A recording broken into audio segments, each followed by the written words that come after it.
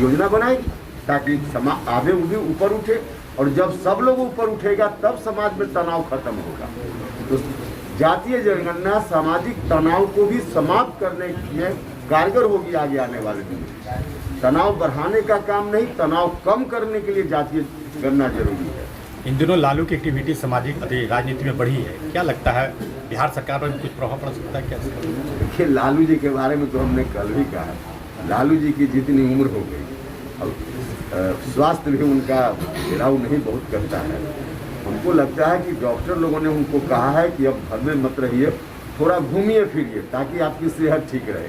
वो इस ख्याल से वो घूम फिर रहे हैं, मुलायम सिंह जी से मिल रहे हैं, शरद जी से मिल रहे हैं, तो मिले, उनकी आयु लंबी हो, हम भी कामना करते हैं। लेकिन अब पॉलिटिक्स में कोई बहुत अर्थ उनके घूमने का नहीं, तो प्रभाव सरकार पर पड़ने वाला कुछ अर्थ ही नहीं, वो तो सेहत के लाभ के लिए घूम रहे हैं। सीएम को आपने पीएम मटेरियल बताया था, इस पर बवाल मचा था, क्या लगता है कि सीएम है पीएम मटेरियल? अच्छा, हम सीधा अगर आप ही लोगों से पूछे, हिंदुस्तान में क्या एक ही व्यक्ति प्रधानमंत्री बनने की योग्यता रखता है? इतना कंगाल तो हमारा हिंदुस्तान नहीं है। बहुत सारे लोग प्रधानमंत्री बनने की योग्यता रखते हैं, उसमें हमारे मुख्यमंत्री नीतीश कुमार जी। हम यह कह करके हम कई बार बोल चुके हैं, क्योंकि चीज़ों की व्याख्या गलत ढंग से हो जाती है, इसलिए फिर हम दोहरा रहे हैं कि प्रधानमंत्री आज की तारीख में नरेंद्र मोदी जी हैं। हम जिस अलायंस में हैं, मजबूती से जनता दल यूनाइटेड भी उस अलायंस के साथ खड़ा है। प्रधानमंत्री जी को जनता ने जनादेश दिया है, इसलिए प्रधानमंत्री हैं, अच्छा काम कर रहे हैं। उनके पोजीशन को हम कोई चुनौती नहीं दे रहे हैं, लेकिन प्राइम मिनिस्टर बनने की योग्यता बहुत सारे लोग रख रहे हैं, जो सच हम बोल रहे हैं, और उसमें हमारे मुख्यमंत्री जी का भी नाम प्रमुखता से आता है। तो यह कहने में कहाँ कोई दिक्कत? सर, क्या माना जा सकता है कि आने वाले दिनों में आप जदयू की ओर से मुख्यमंत्री का भी चेहरा हो सकता है? नहीं, ऐसा कुछ देखिए, जनता दल यूनाइटेड में एक सिपाही के रूप में हम काम कर रहे हैं, और एक कार्यकर्ता सिपाही के रूप में आगे भी काम करते रहे। मान्यवर, कुछ आपसे सवाल है। नमस्कार, मैं आपके माध्यम से जानना चाहता हूँ। मेरा प्रेस से है, नहीं, जांच होनी चाहिए इसमें, लेकिन मामला कोर्ट में भी चला गया जी, तो पूरा कोर्ट को अब देखने दीजिए। लेकिन किसी भी स्टेज में तो जनता जानना चाहती है सच जनता जानना चाहती है, क्योंकि बड़ा कंफ्यूजन हो गया। तो जनता को सच जानने का अधिकार है, जानना चाहती है। कोर्ट में भी मामला है, तो कोर्ट को अब देखना चाहिए क्या होगा। कल जो काफिला सर घूम रहा था आपके साथ में, लोजपा जिला अध्यक्ष का आरोप लगाया गया है कि ये जो काफिला है डरा धमका करके वाहनों को मंगाया गया है, क्या इस पर कहते हैं? कहाँ है आप लोग, कौन मामला ले आते हैं? आज के समय में कोई डरा धमका सकता है किसी को? एक आदमी मिला जो कहे कि हमको डरा के लाए। अब विरोधी आरजेडी के लोग कोई बोल रहे होंगे इस तरह के, तो डराने धमकाने वाली पार्टी तो उनकी पार्टी है ना, उनको डर जरूर हो रहा होगा काफिला देख है इस संबंध में। देखिए, हमने कहा कि जो भी फीडबैक मिल रहा है, फीडबैक तो हम शेयर कर ही रहे हैं, हम छिपाते नहीं किसी चीज़ को।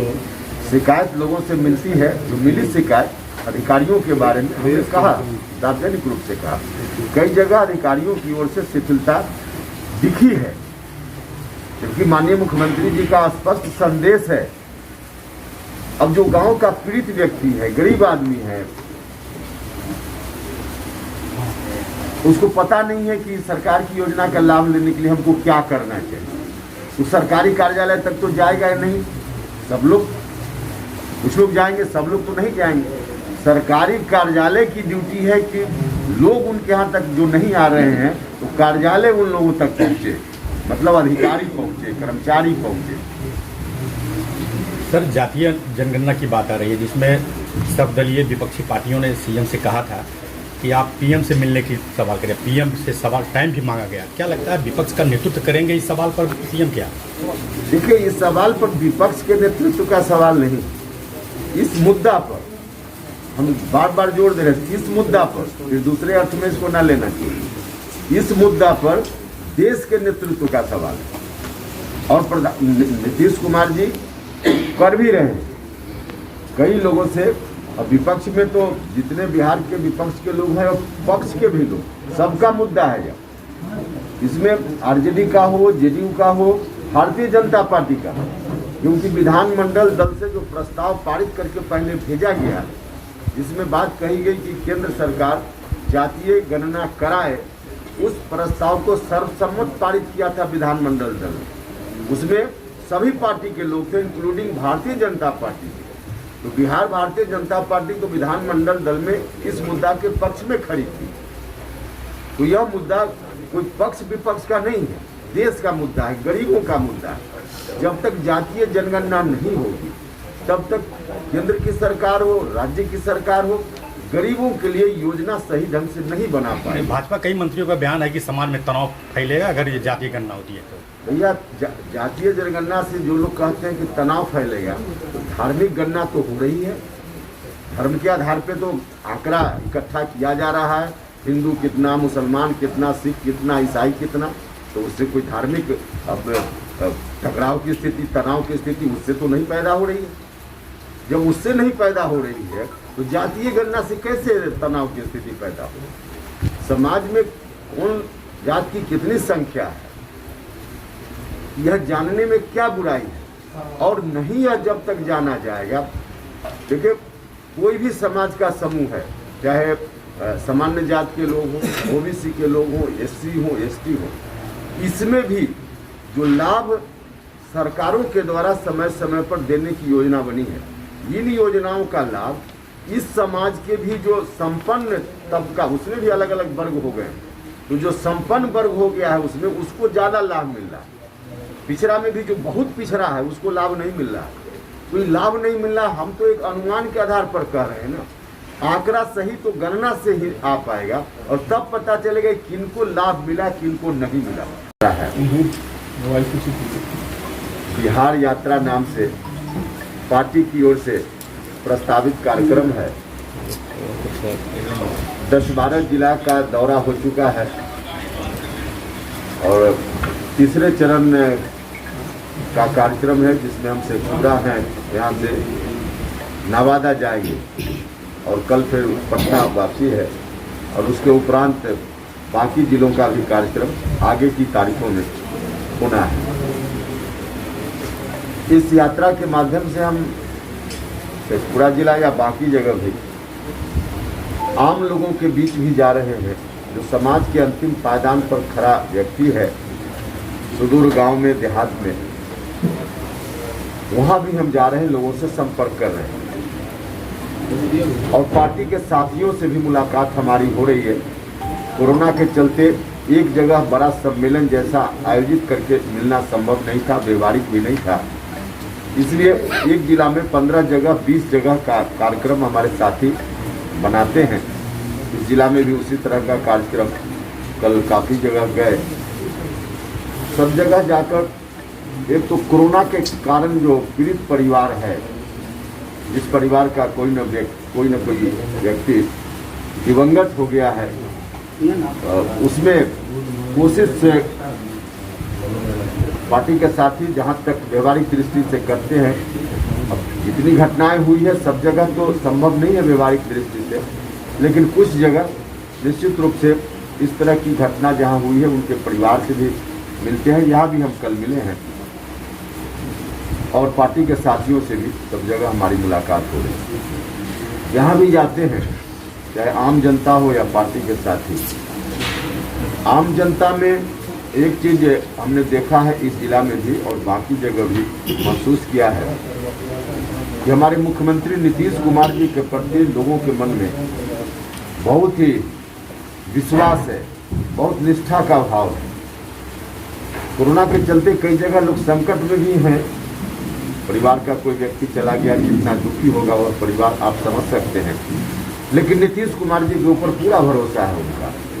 इस संकट में भी नीतीश कुमार जी हमारे साथ खड़े हैं, खड़े रहेंगे, उनको लगता है। और वाकई नीतीश जी ने ऐसे ही लोगों की भावना का ख्याल करते हुए, जब कोरोना की ऐसी स्थिति बिहार में हुई, स्थिति तो पूरे देश और दुनिया भर में हुई, लेकिन जहाँ तक बिहार का सवाल है, मुख्यमंत्री जी ने फैसला लिया कि किसी व्यक्ति की मौत कोरोना के चलते होती है तो उनके परिजन को 4 लाख रुपया मुआवजा जो राहत के लिए दूसरे मामलों में मिलता है, कोरोना की घटना को भी उसके साथ जोड़ने का फैसला किया। तो 4 लाख रुपया सरकार की ओर से देने का काम सिर्फ और सिर्फ इस राज्य में हो रहा है कोरोना के कारण जो प्रभावित परिवार है उसको। पहला राज्य बिहार है जहां 4 लाख रुपया पीड़ित परिवार को देने की व्यवस्था हुई है। और साथ ही साथ और भी सरकार की जो योजना खासकर गरीबों को ध्यान में रखकर बनाई गई है, वैसी योजनाओं का कार्यान्वयन भी अधिक से अधिक सुनिश्चित हो, जरूरतमंदों को 100% इसका लाभ मिले। इसमें पार्टी के साथियों की भी भूमिका है। कई जगह हम जाते हैं तो पार्टी के साथियों को भी निर्देशित करते हैं और हमारे साथी लगे हुए भी हैं।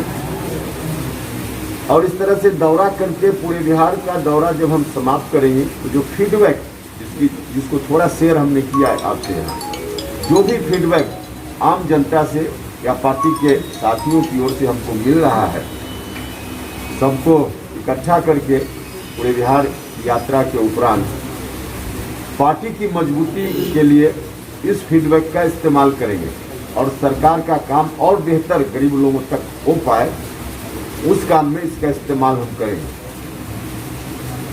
और कुल मिला कर जो हमारी कोशिश है, पार्टी की कोशिश है, सरकार तो बेहतर से बेहतर बिहार बनाने में लगी हुई है, हमारे मुख्यमंत्री भी लगे हुए हैं, लेकिन उनको ताकत देने के लिए जनता दल यूनाइटेड की ताकत को और बढ़ाने की जरूरत है। कुछ कारण थे विधानसभा चुनाव के समय जिसके चलते पहले के मुकाबले में परिणाम थोड़ा विपरीत आया।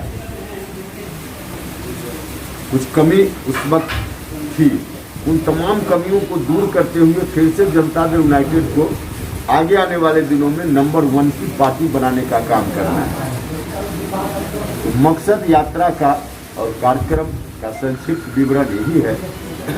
अब कोई सवाल आपका होगा तो उसका जवाब दीजिए। बिहार यात्रा में माननीय उपेंद्र कुशवाहा जी के साथ जो प्रदेश के पदाधिकारी जनता दल यू के पार्टी के नेता चल रहे हैं, उनमें गोह औरंगाबाद के पूर्व विधायक और जनता दल यू के सम्मानित प्रदेश उपाध्यक्ष डॉक्टर रणविजय कुमार सिंह जी हैं।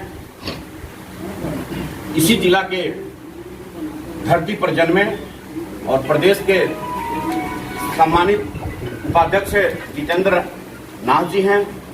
सीतामढ़ी की धरती से चलकर आई प्रदेश के उपाध्यक्ष श्रीमती रेखा गुप्ता जी हैं। प्रदेश के महासचिव अंगद कुशवाहा जी हैं। प्रदेश के महासचिव के रूप में मैं कौशल सिंह, प्रदेश सचिव धीरज कुशवाहा, प्रदेश सचिव संजय मेहता जी, प्रदेश सचिव हिमांशु पटेल जी, प्रदेश के सचिव मदन चौधरी जी, प्रदेश के सचिव अजय कुशवाहा जी, रामाशंकर सिंह प्रदेश महासचिव किसान प्रकोष्ठ जदयू, विनोद चौधरी निसार प्रदेश हैं, प्रशांत पंकज इस समस्तीपुर जिले से आते हैं, प्रदेश के नेता हैं, रणधीर सिंह जदयू के बड़े नेता हैं, संजीव जिला अध्यक्ष और माननीय पूर्व विधायक रणधीर कुमार सोनी। हाँ सर, पहले आप ब्रीफ कर लीजिए। हम लोग तो ब्रीफ बात कह देते हैं।